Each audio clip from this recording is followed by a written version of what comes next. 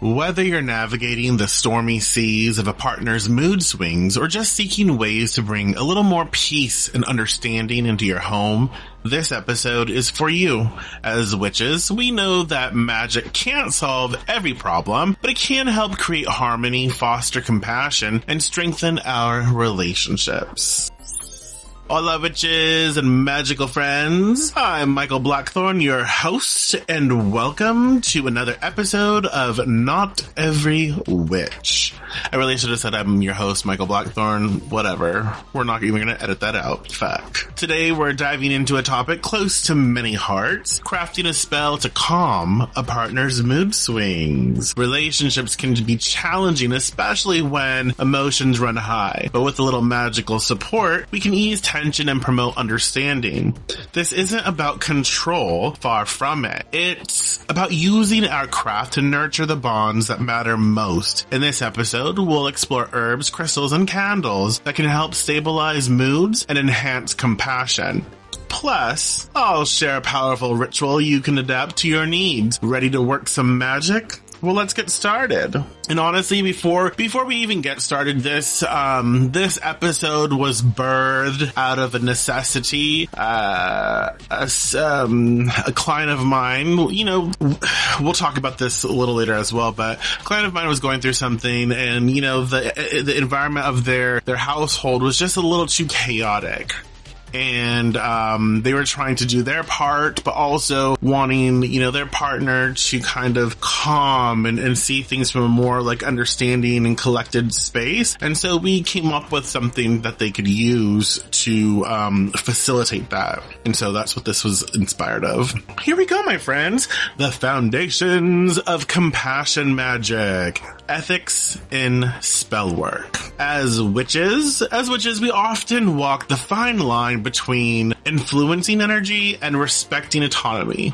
It's essential to understand that the magic we craft reflects our intentions and values. This particular spell isn't about coercion or control. It's about fostering compassion, understanding, and harmony. That said, let's be real honest here. Let's be legit, okay? Some spells do have a more dominating effect, and there's honestly a place for them too. It really depends on your praxis as a witch and what you're comfortable with and what your training is. We're not here to shame, we're not here to judge. Again, like I said, we're not here to shame anyone whatsoever for the magic they choose to practice.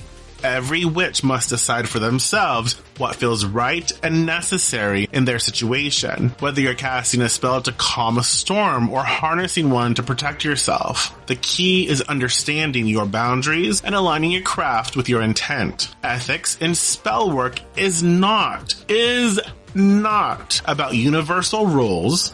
It's about personal responsibility and self-awareness. And life is messy. And it's really fascinating. I'm not going to go into detail, but it's really fascinating that legit this comes up today because, so many people right now that I know are going through it on different levels for this to kind of make sense, like to utilize something that we're talking about today. So it's just interesting to make note. I want to like make note, publicly so I can document that for myself as well. Anyways, life is messy. Arguments, misunderstandings, and chaos are natural parts of existence. We've all been there. Navigating the tricky terrain of emotions, trying to make sense of situations that feel overwhelming. Sometimes these conflicts can be worked through with compassion and effort. Other times, they signal deeper issues that require a different approach. The challenge lies in discerning which is which in our lives. I think that's another important thing too, is like, you know what, it's people, not to be like judgmental, and I hope it doesn't come across that way, but people nowadays seem to think that any slight difference is toxic, which minimizes the use of toxicity, right? That minimizes the actual toxic traits and behaviors of people and situations and events. But any little disagreement it's somehow now like a trauma, it's somehow now toxic, and you should get rid of that person, and blah, blah, blah, blah. And that's not always the case in relationships. We're human beings. We are individuals that are made up of our upbringing, society, our traumas based on our upbringing and around society, as well as our mother's, traumas and our mother's traumas. All of that factors into how we and who we become, right? How we are and who we become. And so we're all working through our own shit. And so we have to be very mindful of all of this, because sometimes when we have disagreements or arguments and they feel really heavy and they are serious and they are important to address, it's not always something to be condemned, right? Sometimes we can actually work through, and sometimes we can't. In other cases we can't. So it's important to be able to recognize what our situation is. As witches, I feel that our role is clear. We are facilitators of energy. It is our job, and why not make it our job, to create space for healing, balance, and transformation. So why not use our craft to soothe tension, uplift the energetic space, and make way for meaningful conversations? Instead of reacting to emotional turbulence, we can channel our magic to ground ourselves and those we care about, fostering an environment where understanding can flourish. Compassion magic isn't about denying the validity of emotions or avoiding difficult conversation. It's about easing the path so those conversations can happen with mutual respect and care. It's about creating the conditions for harmony while honoring the autonomy of everyone involved. By stepping into this role, we embrace the essence of witchcraft to be agents of change, balance, healers of energy, and stewards again of balance in an unpredictable world. And so that's kind of what I wanted to say about that. There's so much that can be said, but I do find like when we're going through it, we have to remember who and what we are. We're witches. It's what we do. And so create an environment of harmony, an environment of balance, an environment where you as a witch can find the healing, find the whatever it is that you need at any given time and space. Let me not continue to ramble, and let's just get into it. I'm going to share a spell today. And like I said, this podcast is all over the place, which I love. It's going to be. I'm going to answer your questions. We're going to talk about spells. We're going to do all the things because it's my podcast, so I can. This spell is designed to calm mood swings and foster compassion and understanding within a relationship. Each component of the spell is selected with care to ensure harmony and balance in both the emotional and energetic realms. So let's talk about some of the ingredients and their purposes. Crystal-wise, I think it's really good to work with jet here. Jet is a stone that acts as a powerful absorber of negativity, cleansing the emotional field and creating a stable energetic foundation for the work. Jet can protect the relationship from harmful energies and ensures the intention of the spell is not disrupted. Chrysocolla, I always feel like I say it wrong. I don't know. Chrysocolla, I love, is beautiful. Known for its gentle, sort of like, feminine energy, Chrysocolla enhances communication and emotional honesty. It soothes the heart and helps create a safe space for sharing feelings, fostering mutual understanding and compassion. So you can see where jet and Chrysocolla would be really, really good for this sort of situation. Herbs. Lavender, a classic for emotional balance. Lavender calms heightened emotions, bringing peace and tranquility. It promotes relaxation, making it easier to approach sensitive situations with an open heart. I also like the fact that lavender is tied to love magic as well. And in relationships, there's a love component. And so lavender would be really good here to kind of calm, soothe, and facilitate that change.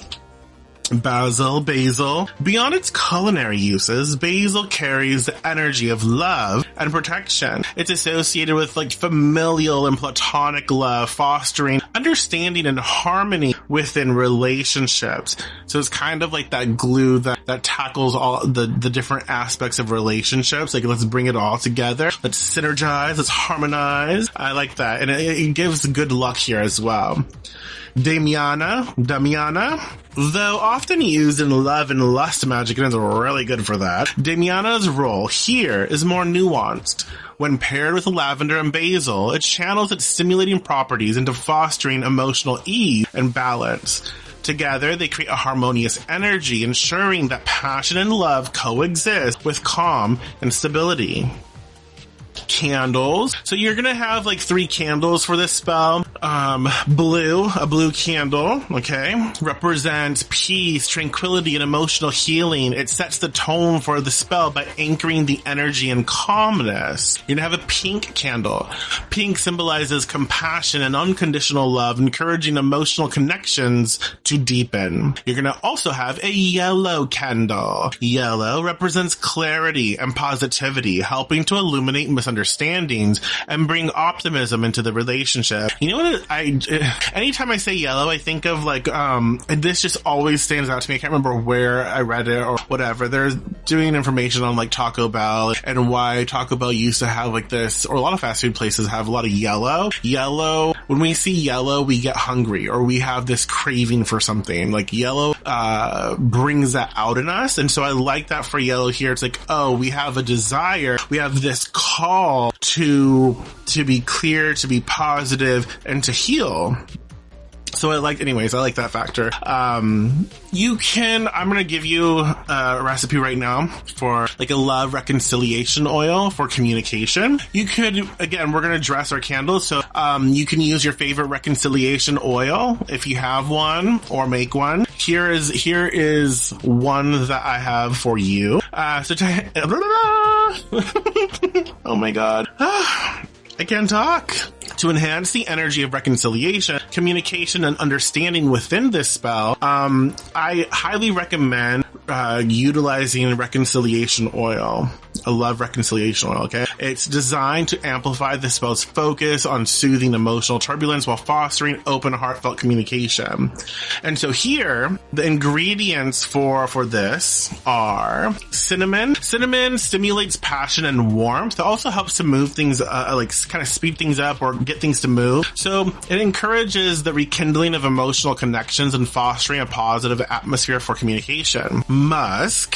Musk adds depth and grounding to the oil, symbolizing the strength and resilience of the bond between partners. Very earthy connection as well. Orris root, known for its ability to attract love and harmony, orris root strengthens emotional bonds and eases misunderstandings. Myrrh, a powerful resin for healing and purification. Myrrh promotes forgiveness and helps to release lingering tensions. Cedar represents stability and protection, grounding the spell's energy and ensuring that communication is constructive and balanced. Cypress encourages growth and renewal, aiding in overcoming obstacles in relationships and fostering emotional healing. And lastly, gardenia, a flower of peace and love. Gardenia adds a gentle, nurturing energy to the oil, promoting compassion and mutual understanding. As for like the ratios, I always like to leave this up to the witch crafting. Do your thing. Do you want to use oils? Do you want to use like herbal, like dry parts, like the resin and the herbal bits? Like blend it all together, add it to an oil, or mix the two. Do some dry, some essential oils, whatever. This is yours. So you make it yours and you figure out, what's best for you. To make this, choose your carrier oil. Choose your carrier oil, such as jojoba, almond oil, olive oil. Actually, for this, I like a blend. I know I'm bougie, apparently. I like a blend of cherry kernel oil with jojoba oil and a little castor oil. There you go. That's me. That's what I prefer. All right. Essential oils or dried herbs can be used for the listed ingredients. If using dried herbs, strain the oil after infusing. Infuse the oil. Add your small amounts of herbs and a few drops of each essential oil to your carrier oil. As you combine the ingredients, focus on the intention of the oil to bring peace, clarity, and open communication, to facilitate reconciliation, love, all of that. Stir or shake the mixture gently visualizing the energy of reconciliation and compassion infusing the oil. Charge the oil. Place the oil on your altar surrounded by the blue, pink, and yellow candles using the spell that you're going to do. You can, or if not, if you're going to make the oil separate, you don't have to use the candles. You can use your own, whatever. But like, you can recite an affirmation. Oh my gosh, affirmation. I can't even talk. You can recite an affirmation like the one I'm going to give you, which is, don't laugh at me, okay? I try. Blended with care, this oil I create to soothe the heart and open the gate. Words of love and peace shall flow. In harmony, our connection will grow. I know it's rhymey rhyme, but I find more and more I like rhyme because it's easier to remember. And it helps me to stay in the space. Again, use this oil for reconciliation, yada, yada, yada. There's the oil, or just, get your own, make your own, buy your own, whatever it is.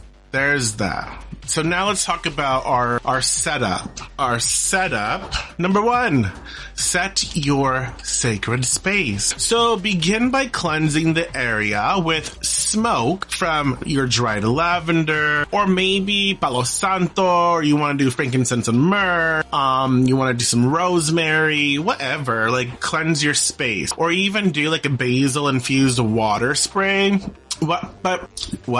Fuck. Shit. I don't know. Or if you're gonna use like a spray, I probably would mix in Florida water and then add some like basil infused water to that and mix it up, and maybe add lavender to it too. Just incorporate what we're already going to be working with into the work.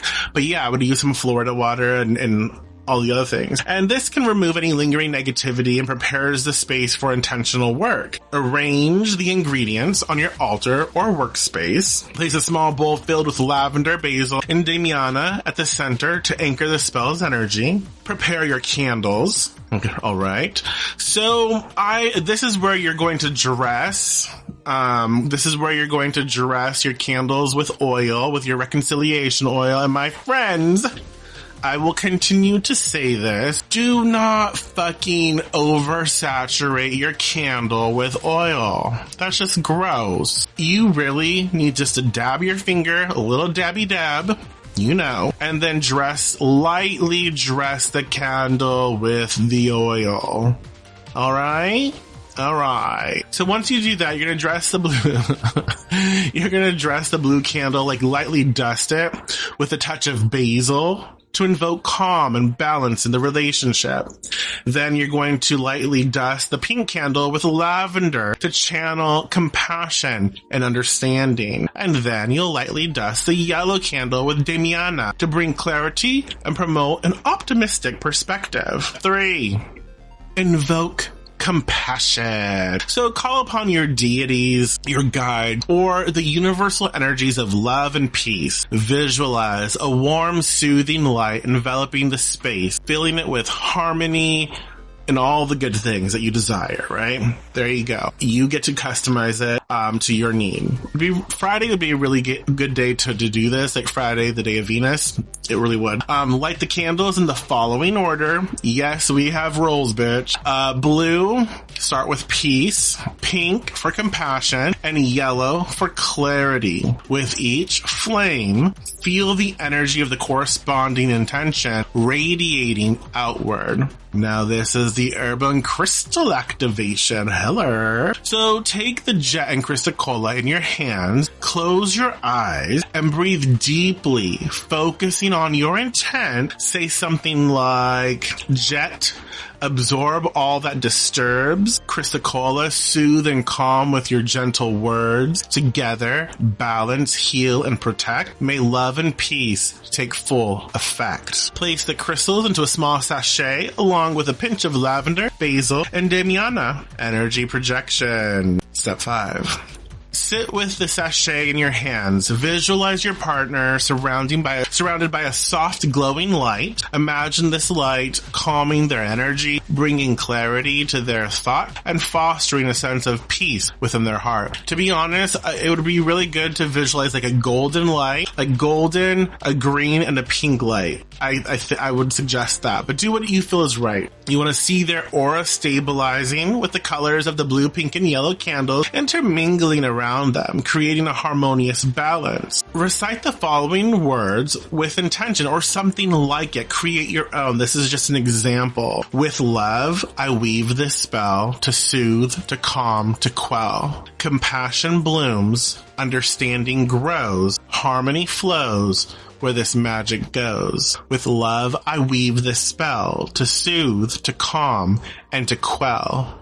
Compassion blooms, understanding grows, harmony flows where this magic goes. Conclude and ground. Step 7. Allow the candles to burn down safely or extinguish them with gratitude, thinking of the great results that you want and desire, and thanking the energies and spirits you invoked for their assistance. Place the sachet in a location close to your partner's space, under their pillow, under the pillow with permission, of course.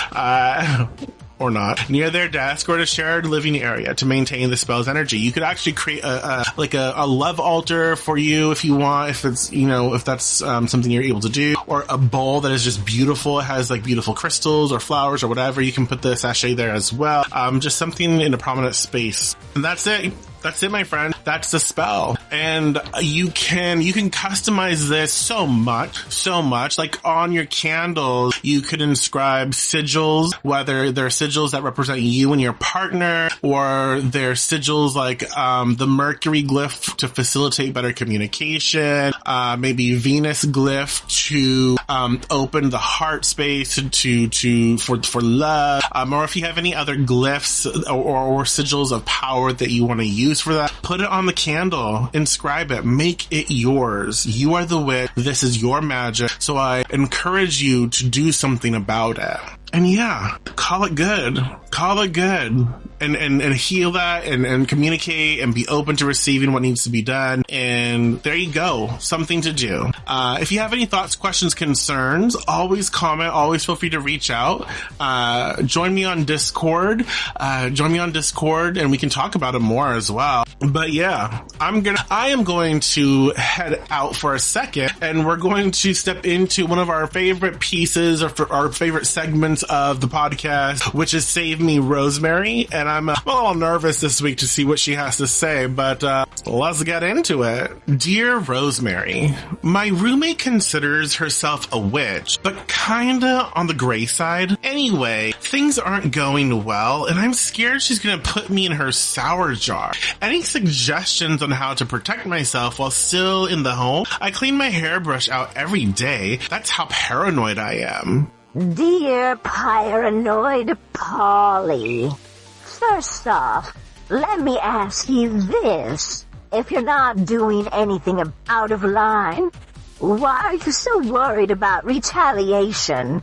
Fear of someone's response often says more about your actions than theirs. Are ye stirring the fucking pot, hun? Intentionally or not? If so, maybe take a moment to reflect and adjust. If you're not, then relax. Not every witch resorts to hexwork or cursework as their first move, especially without being provoked. Just because your roommate walks on the gray side doesn't mean they're tossing you in a fucking sour jar every time you leave a dirty dish in the sink. Now, let's channel that paranoia into something proactive witchery, alright. Number 1.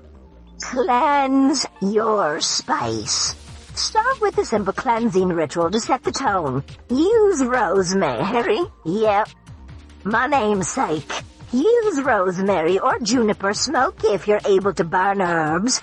Otherwise, spritz saltwater solution with a pinch of lemon juice around your room. While you do this, chant something like, no harm may enter, no ill will stays. This space is mine, protected, always. Get it? Got it? Next. Protect your energy. Carry a small charm bag with black tourmaline for grounding, chrysocolla for emotional balance, as we learned in the episode earlier. Fuck, what am I trying to say? I don't know. Shit. And a pinch of salt to ward off negativity. These elements create a buffer that shields you from any unwelcome energy. Get it? Got it. Next. Set boundaries with the warding. Before bed, visualize your room enveloped in a protective bubble of shimmering light. Seal it with the affirmation, this is my sanctuary, no harm may penetrate. Bonus points if you add a protective sigil to your door or window frames. Get it? Got it? Next. Mirror, mirror. If you really want to play it safe, create a small mirror charm, use a compact mirror or a small frame. And carry it with you or place it near shared spaces. This will reflect any ill intent right back to its source. And it's handy for checking if you have spinach in your fucking teeth. Gropes. Remember, witches are as unique as their crafts. Just because someone is open to hex work doesn't mean they'll waste their fucking time on you, bitch. I mean, it doesn't mean that they'll jump to use it without reason. If your conscience is clean, let go of the fear and focus on strengthening your own energy. So lovely. Take a breather. Trust your magic. And maybe stop over-analyzing your hairbrush. Not every strand is part of a magical conspiracy, you know. All right, my witches. Thank you for joining me in this compassionate exploration of calming magic. That was a fucking mouthful. Oh my God. But thank you so much for being here. I really do appreciate y'all. And I hope that you can take something from this. And I hope that you can utilize it and make it yours and add it to your book, your grimoire, whatever. Use it because that's what it's made for, to help facilitate better conversations, between us and the people we love. Remember, our spells are not about control. They're about creating harmony and fostering love. Sometimes they're about control.